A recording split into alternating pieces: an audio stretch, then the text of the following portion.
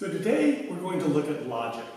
We're going to look at how to write things using logical notation and how to prove things that are written in logical notation.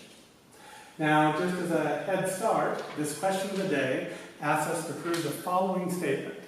For all values of x greater than 2, there exists a y such that x plus y is greater than 4. Okay, so that's where we're headed. But where we're going to start is with logical statements, which are statements which are either true or false. So for example, all real numbers squared are non-negative. That's a true statement. If I take 3 and square it, I get 9. If I take negative 2 and square it, I get 4. No matter what real number I square, I get a non-negative number. On the other hand, the statement all real numbers squared are greater than or equal to 1, that's false. If I take a number like 1/4 and square it, I get 1/16, which is not greater than or equal to 1. So there are some numbers that when I square it, I don't get a number greater than or equal to 1, so that makes it false. So some statements are true, some statements are false, some statements, it turns out, are neither true or false. And the famous example is this statement is false.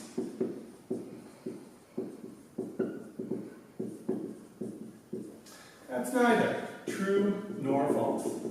It's impossible to say that statement is true, because if it was true, it would be false.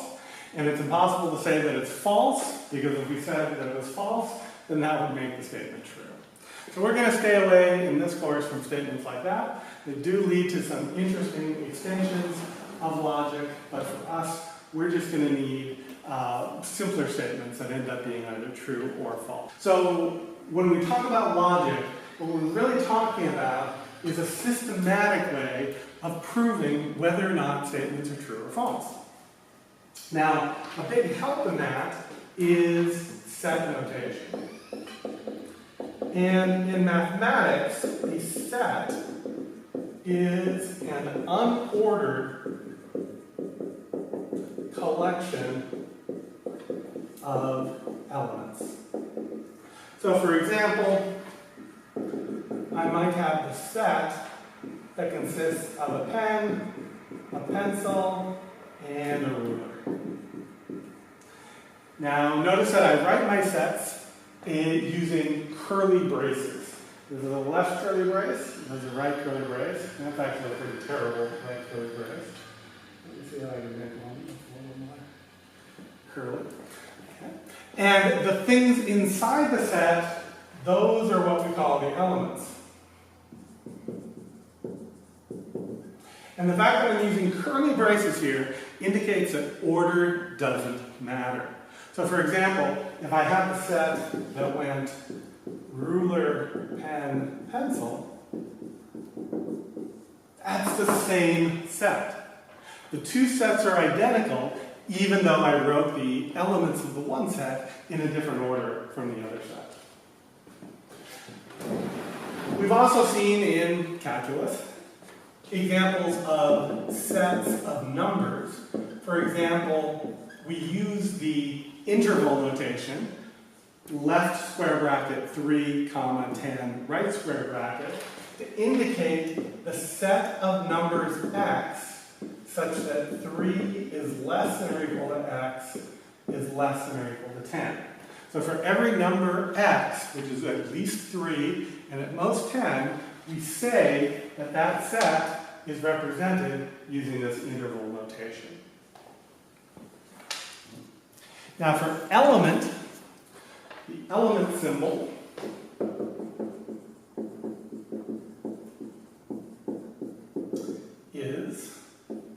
looks like that. Like a half circle with an extra little line on it. So for instance, we would write that pen is an element of this set, pen, pencil, ruler, because it's one of the elements of that set. We could also write that 6 is an element of the interval from 3 to 10, because 6 is a number which is greater than or equal to 3 and less than or equal to 10. On the other hand, 1 is most definitely not an element of the set from 3 to 10. And so we just use the element symbol with a line through it to indicate not an element of. Another useful set notation is the subset notation. And that works as follows. We write A is a subset of B, means that every element of A is in B. Okay. So for example,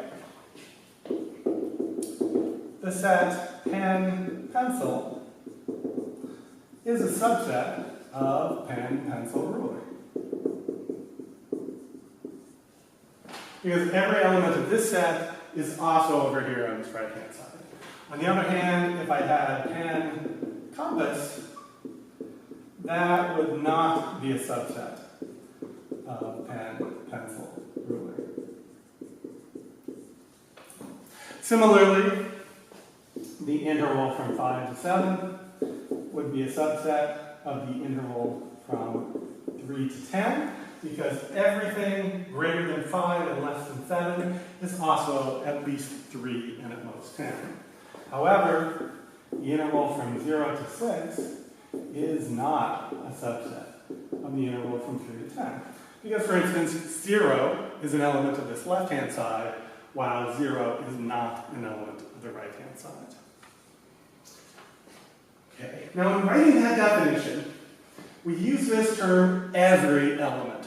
And we do that a lot in mathematics. And when we have common ideas in mathematics, like sum or multiply or divide or exponential, we create new notation. And we want to do exactly the same thing here. We want notation that indicates that something is always true. And that notation is going to be the for all symbol.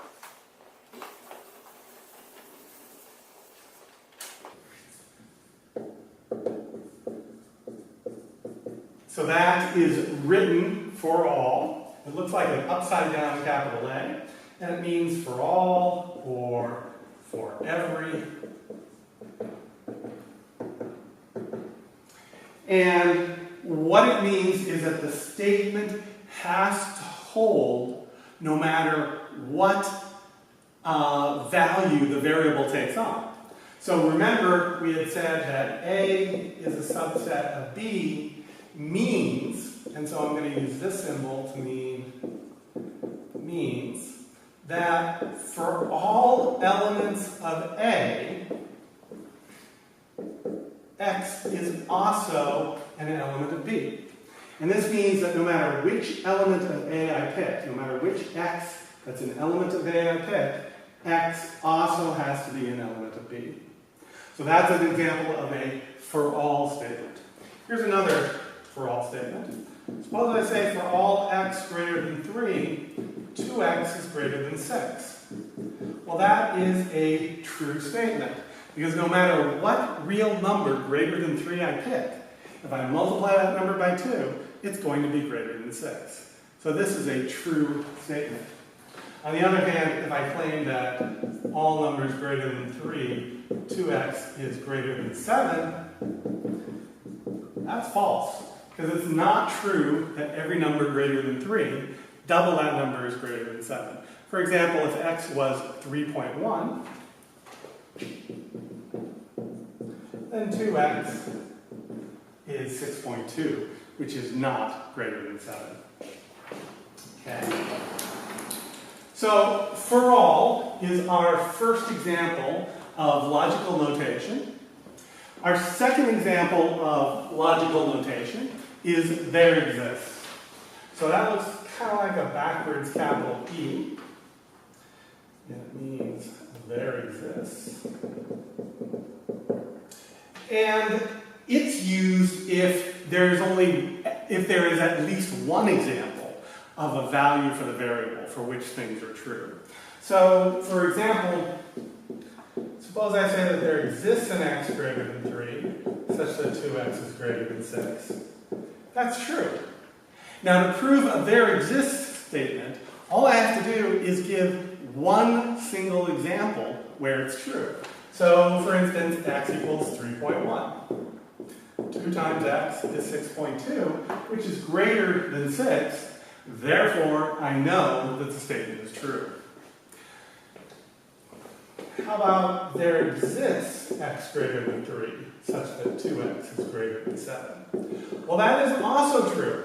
Remember, there exists x greater than 3 doesn't mean that it's true for every x greater than 3, just that there's at least one x greater than 3, where 2 times x is greater than 7.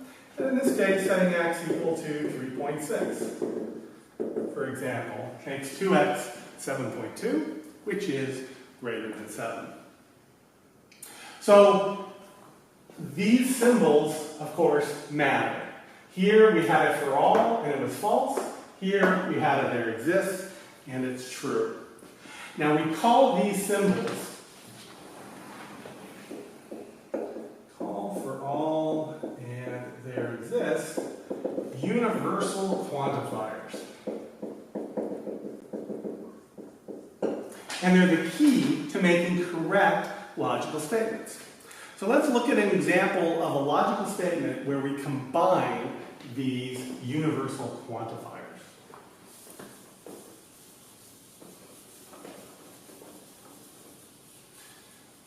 Well, an example of such a statement is the question of the day. Note that we had a for all as the first clause, there exists in the second clause. So we're combining these universal quantifiers. Let me give a slightly different example. Suppose that I say, for all y, there exists an x such that x plus y greater than 6. Is this a true statement, or is this a false statement? Well, what this statement means is that no matter what value I pick for y, I need to be able to pick a value of x such that when I add x to y, I get the answer 6. This turns out to be true.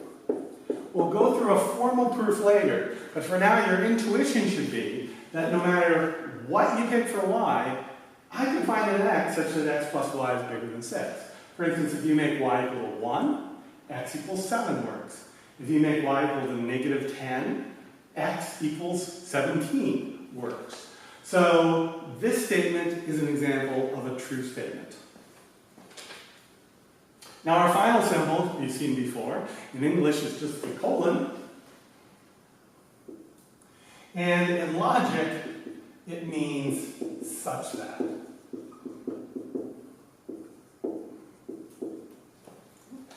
So we can use it in writing sets. In fact, I already used it in writing a set. In the example earlier, I said that 310 was the elements of x such that 3 is less than or equal to x is less than or equal to 10. So it's a very useful way of acting as a divider for what are the properties that elements of our set has. Okay, so we've got our logical statement, something like this, or something like this. And we want to just not have an intuitive idea that it's true. We actually want to prove mathematically that this is true. Well, how do we do that? Well, it's sort of a several-step process. The first step is what we call instantiating the quantifiers. So let's do that.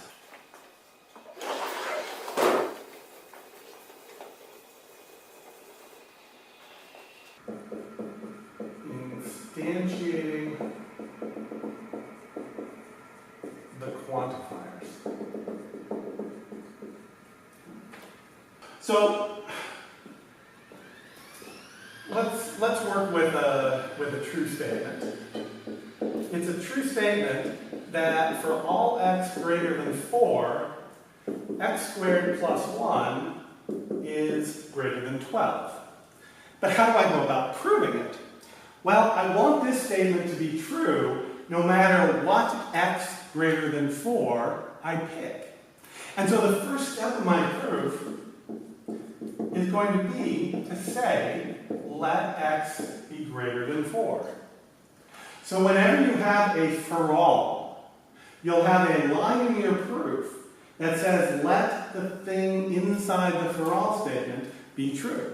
Let x be greater than 4. Why do we instantiate our quantifiers?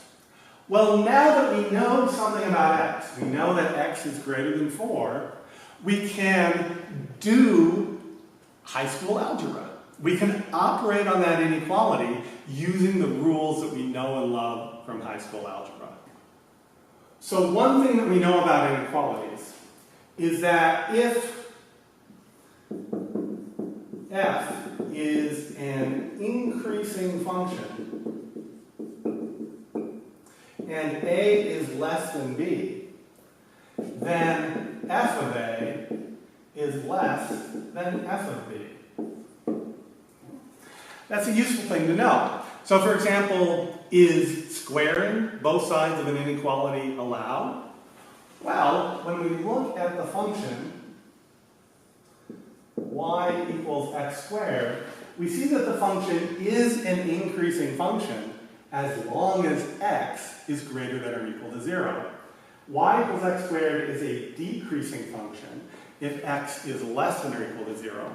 So we're allowed to square both sides of an inequality as long as both sides of the inequality are greater than or equal to 0. And in this case, they are. 4 is greater than or equal to 0, and x is some number which is even bigger than 4. So we're allowed to square both sides of this inequality.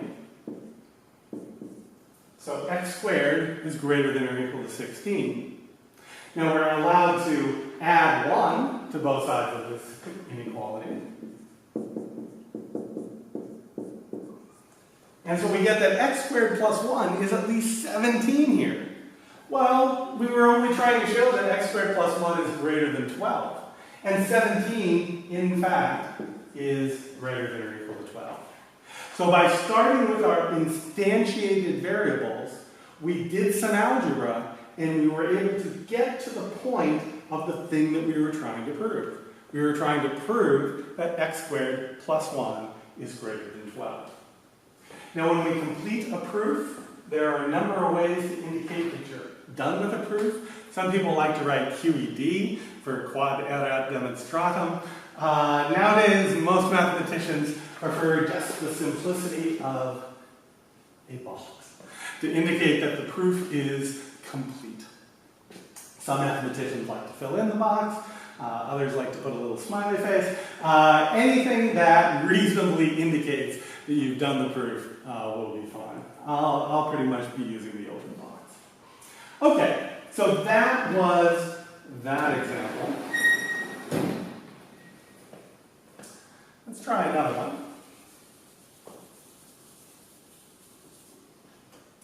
Suppose you were asked to prove that for all x, such that absolute value of x is at most 3, x plus 1 is at most 5. Okay, so you might want to pause the tape and see if you can start a proof on that. Let's see how far you got. So here's how the proof is going to go. First thing, I see a for all. When I see a for all, I need to instantiate that quantifier. So I'm going to be letting x be such that absolute value of x is less than or equal to 3. Okay, so we have an absolute value sign, which we didn't have in the first one. Usually when you're faced with absolute values, the best thing to do is to get rid of the absolute values. Now, when we say that the absolute value of x is less than 3, what we really mean is that negative 3 is less than or equal to x is less than or equal to 3. So I've taken my original statement, which involved absolute values, and I've gotten rid of the absolute value, which is kind of nice. Now let's see where we're headed. We're trying to figure out something about x plus 1. So it's not too much of a leap of logic to try and add 1 to all 3 sides of that inequality. So I'm going to do that. Negative 3 plus 1 is negative 2. X plus 1 is x plus 1. And 3 plus 1 is 4. So at this point, I know a couple things. I know that x plus 1 is at least negative 2. And I know that it's less than or equal to 4. Now, in fact, the fact that x plus 1 is greater than or equal to negative 2, I don't care. It wasn't what I was trying to prove. Oftentimes along the way, you'll prove things about your variables that aren't what you're shooting for your final answer. Don't worry about it. Just ignore it. I know that x plus 1 is less than or equal to 4. Well, what do I know about 4 and 5? Well, I know that 4 is less than 5. And so that tells me that x plus 1 is strictly less than 5. And so I'm done. A little period there. Finish the sentence. And I'm done. Okay. So that's how you instantiate a for all statement. When you're faced with a for all statement, you instantiate it by writing let, and then whatever the rest of the for all statement is, let that happen. So in this case, I wanted for all x such that absolute value of x is less than 3, so I let x be such that absolute value of x is less than 3. Here, it was for all x greater than 4, so my proof was let x be greater than 4. So that's how I do for alls. How do I do there exists? Well, those there exists, turns out you have a little bit more freedom. You get to decide. Because remember, for a there exists, we only need to find at least one value of the variable for which the statement is true. So when I have a there exists, I get to pick what the value is going to be. So let's look at an example. Suppose that I'm trying to prove the following fact.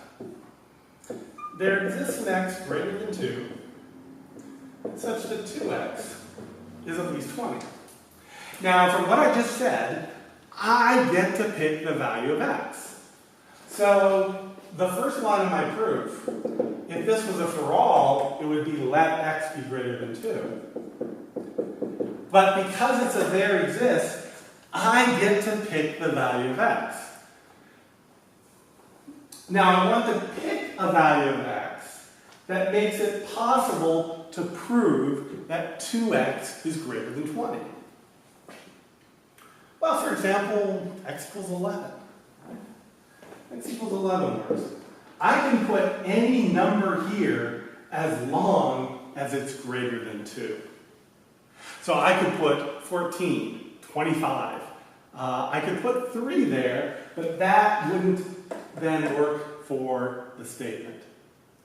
But now that I set x equal to 11, then multiplying both sides of this by 2, 2x is 22, which is at least 20, and I'm done. So this is another example of a very simple proof, what is sometimes called a one-liner, because after we've instantiated our variables, we only really needed one line in order to get to the final result. Okay, so at this point, what I want to do is do an example where we've mixed up the for alls and the there exists.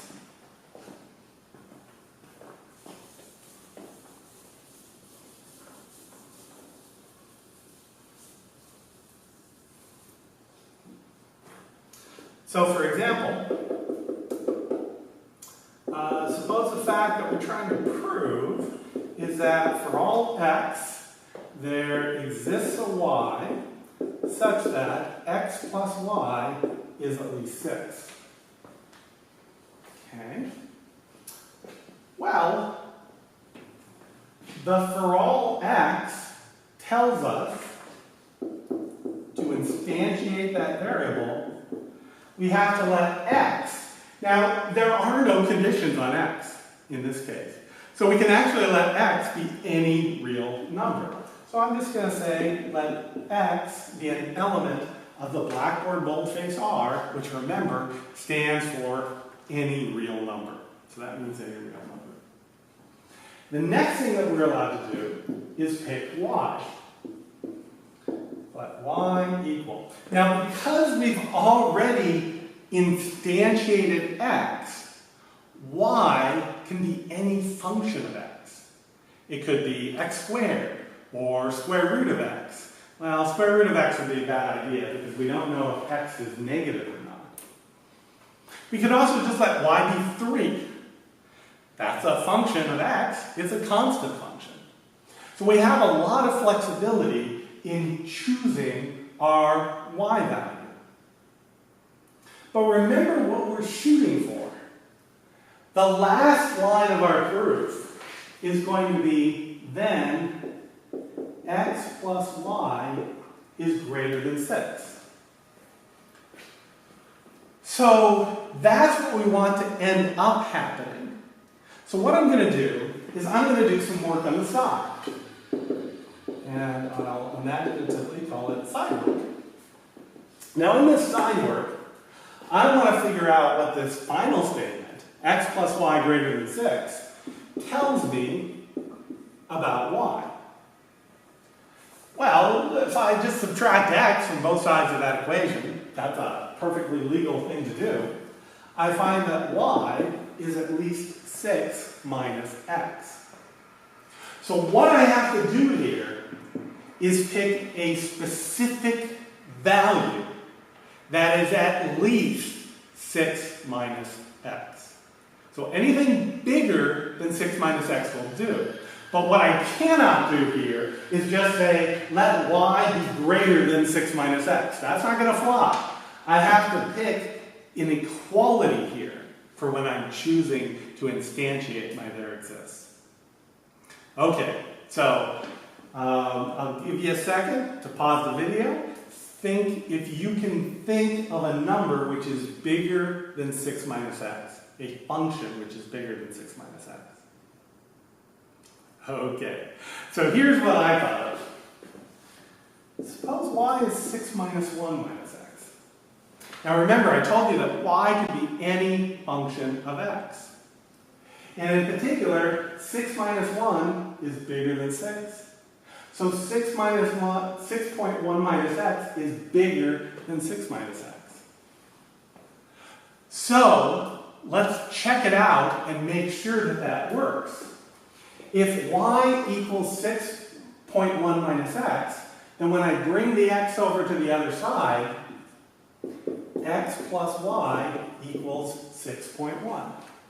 And again, 6.1 is bigger than 6. And so we're done. That was a valid choice of a y value which ended up allowing us to prove what was going on. Now if I used 5.1 here, I wouldn't have been able to get to this final statement. So some choices of y would not have worked. But I also could have made y 7 minus x, or 1,000 minus x.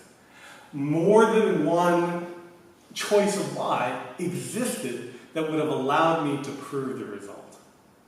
So when you're working with a there exists, don't worry about getting the single answer. There isn't a single answer. There's an infinite number of answers. Okay, so we've learned about for alls, we've learned about there exists. Let's try the question of the day. The question of the day, pretty similar to what we saw.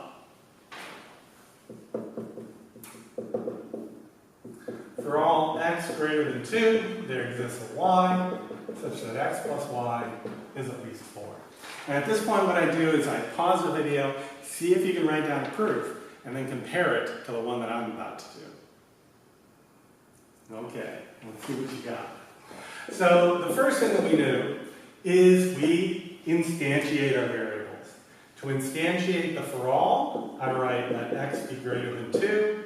To to instantiate that there exists, I write let y be equal to something. And I don't know quite what I want to pick yet, but I'll pick something a little later. I also know the last line of my proof. Whatever the last line of my, whatever happens in the middle here, I know what I'm shooting for is x plus y to be greater than 4. Now again, I'm going to do some work on the side. If x plus y is at least 4, that tells me that the y that I pick should be at least 4 minus x. Well, one choice is 7 minus x. 7 minus x, no matter what x you pick, is always going to be bigger than 4 minus x. And now, I just bring this x over to the other side, and I'll say, therefore, x plus y equals 7, and of course 7 is greater than 4, so we're done. That's all there is to it. So what we've done is we've put together a logical argument. One last piece of logical notation to learn about, and that is what's called negation. Now, the negation operator, what it does is it turns something that's true into something that's false, and something that's false into something that's true. So here's an example. Suppose I look at the statement 3 is less than 4. No variables, just numbers. That's a true statement. If I negate that statement, I use the negation symbol. Now there's a couple different ways the negation symbol is written. I'm going to write it as a vertical bar with a little hook on the end. You can also write it as a tilde symbol. Some people just like to use the minus sign, but I'm going to stick to this particular symbol. So the negation of 3 less than 4 is false. And you should think of this, what this is asking is it not true that 3 is less than 4? And that is false. So that's how the negation symbol works. How can we use it to prove things? Well, if you remember what I showed you so far, I really only showed you how to prove that something is true. I never showed you how to prove something is false. What if I want to show that something is false? Well, to show that something is false, all I have to do is prove that its negation is true. So, for example, suppose that I want to prove that for all x greater than 2, 2x is greater than 10 is a false statement. Well, saying that that is a false statement is the same as saying that the negation is true. So this statement is equivalent to saying prove that the negation of for all x greater than 2, 2x is greater than 10 is true. Okay, so we've converted it from a false statement to a true statement, but then how do we deal with this negation and this for all? And how do I deal with that negation and that 2x greater than 10? Well, the negation of 2x greater than 10 is actually the easy part. The negation of 2x greater than 10 is 2x less than or equal to 10. If this is true, if this is false, then this statement is true. If it's false that 2x is greater than 10, it's true that 2x is less than or equal to 10. Okay. But how does the negation interact with the for all? Well, it turns out that the way the negation interacts with the for all is that negation and for all turn into there exists. So when I negate the for all, I'm saying there exists some x greater than 2 such that 2x is less than 10. Now this is important. When I negated the for all, notice I don't negate the x greater than 2. That stays just like it is. But since this statement didn't have a for all or a there exists to protect it, it gets turned into 2x less than or equal to 10. And now we can say, how do I prove that this statement is true? Well, let's go through it. First thing is I instantiate my quantifier. So I'm going to let x be something, and I can write anything here I want as long as it's at least 2. The last line of my proof will be then 2x is less than or equal to 10. Let's see, can I find an x greater than 2 such that 2x is less than 10? Yeah. X equals 4 works. X equals 3.5. X equals pretty much anything between 2, strictly greater than 2, and less than or equal to 5 will work there. Okay. So that's how you prove that a statement is false. Now this sort of form comes up so often in logic that we give it a name. We say that x equals 4 is a counterexample to this statement. So if I claim that for all x with some condition, some other thing is true, and I have an example where it's false, I call that a counterexample. And you see that kind of proof a lot. But we'll just simply be using negation. So that's the basics of logic. We've got for alls, there exists, and negations. To prove a statement with logic, you instantiate your quantifiers, you write down what your target is, and you try and figure out how to go from your instantiated quantifiers down to your target. And finally, if you want to prove something is false, then go ahead and just prove that the negation of the statement is true. Next time we'll use this logical way of writing mathematics in order to do one of the classic problems in calculus. How do you define the limit of a function mathematically? See you next time.